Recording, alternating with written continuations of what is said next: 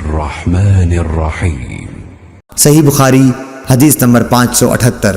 حضرت عائشہ رضی اللہ تعالی عنہا سے روایت ہے کہ مسلمان عورتیں رسول اللہ صلی اللہ علیہ وسلم کے ساتھ نماز فجر پڑھنے چادروں میں لپٹ کر آتی تھیں، پھر نماز سے فارغ ہو کر جب اپنے گھروں کو واپس ہوتیں تو انہیں اندھیرے کی وجہ سے کوئی شخص پہچان نہیں سکتا تھا۔